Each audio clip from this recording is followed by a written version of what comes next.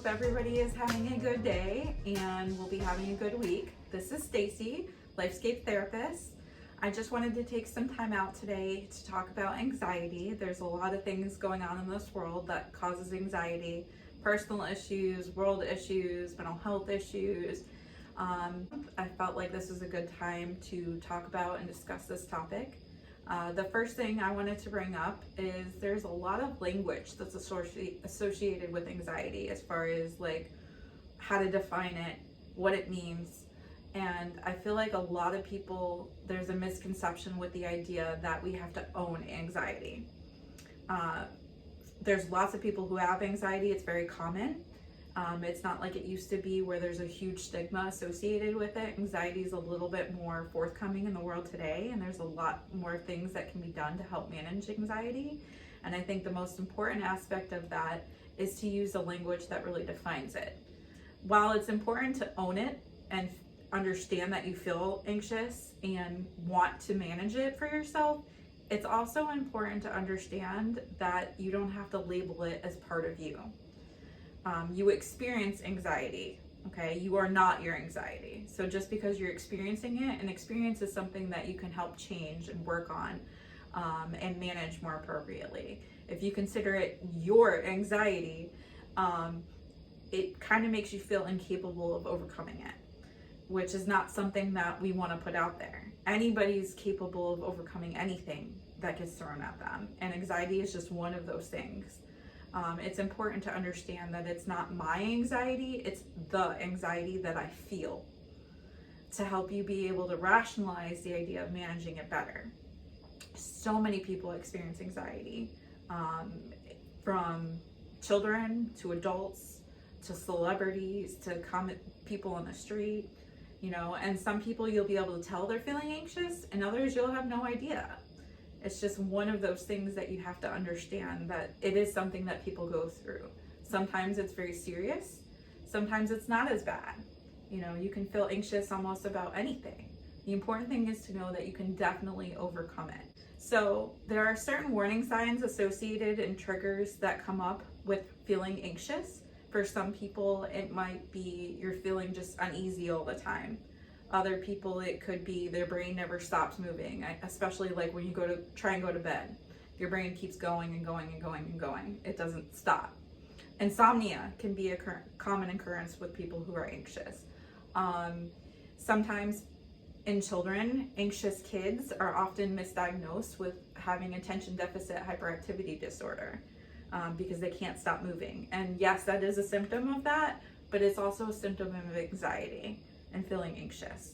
Sometimes people clench their fists or like feel like they can't sit still. They'll rub their pants a lot. They'll just feel constantly on edge consistently. And it's also important to understand that there's not always a cause for anxiety as far as a trigger that makes you understand where it comes from. Sometimes it just pops up.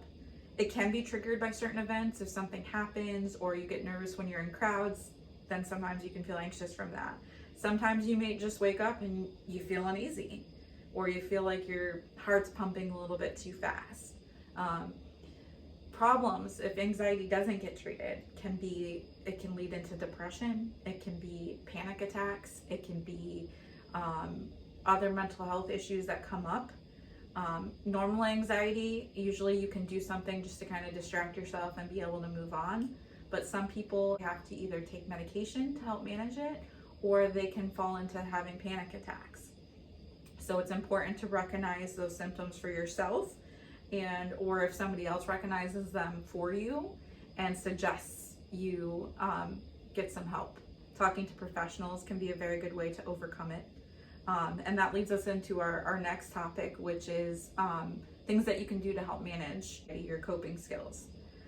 It's important that if you recognize your anxiety and you feel like you can't manage it on your own, that you seek professional help. You can go to a physician, you can go to a psychiatrist, a psychologist, a therapist, any type of professional who can help you manage it.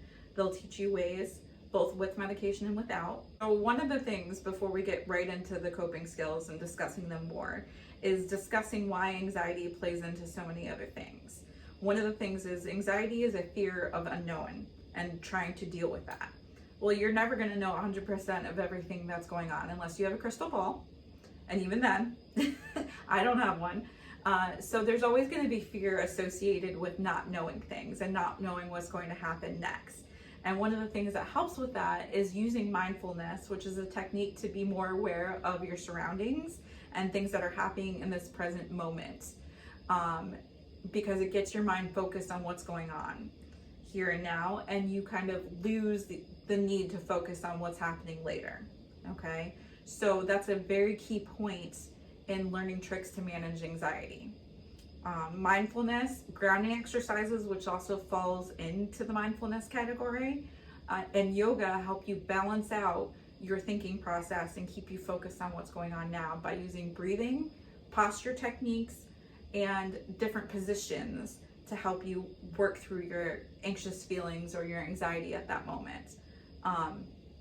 So grounding exercises are a good way to help with this. And one of them is by looking at your current surroundings and noticing that, you know, the ceiling, the walls, the floor, what's in the room, and taking the room one step at a time from the ceiling down, or you can even go from the floor up.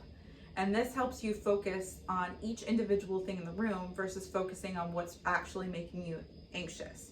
Now, part of this technique is to breathe as you're identifying the things that are going on in the room. So what's the color of the ceiling? What's the color of the walls? Are there paintings? Are there pictures? What do those look like?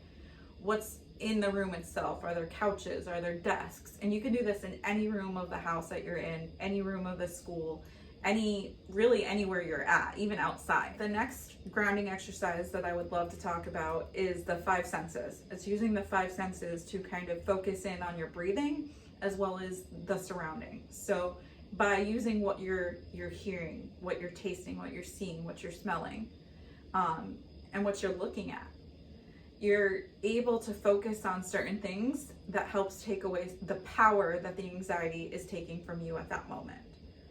And it's a fun exercise because depending on where you are and what environment you're in, you might not think you can taste anything or smell anything or any of that, but you really can.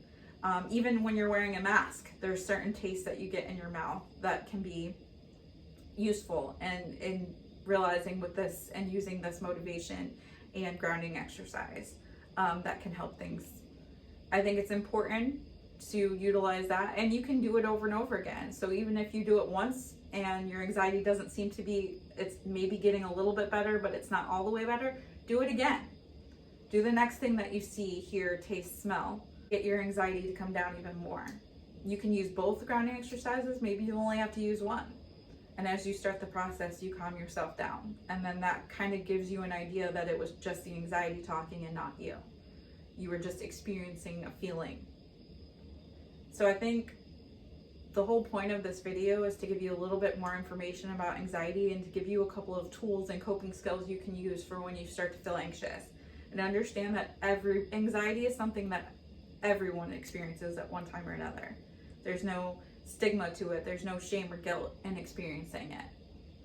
So I hope you got something great from this video, and I hope you take away some skills that you can use for anxiety if it pops up. Understand that you're not your anxiety. It's just something that you experience and that you can overcome it whenever you need to. Thank you. I hope you guys have a wonderful day. Bye, Lifescapers. See you next time.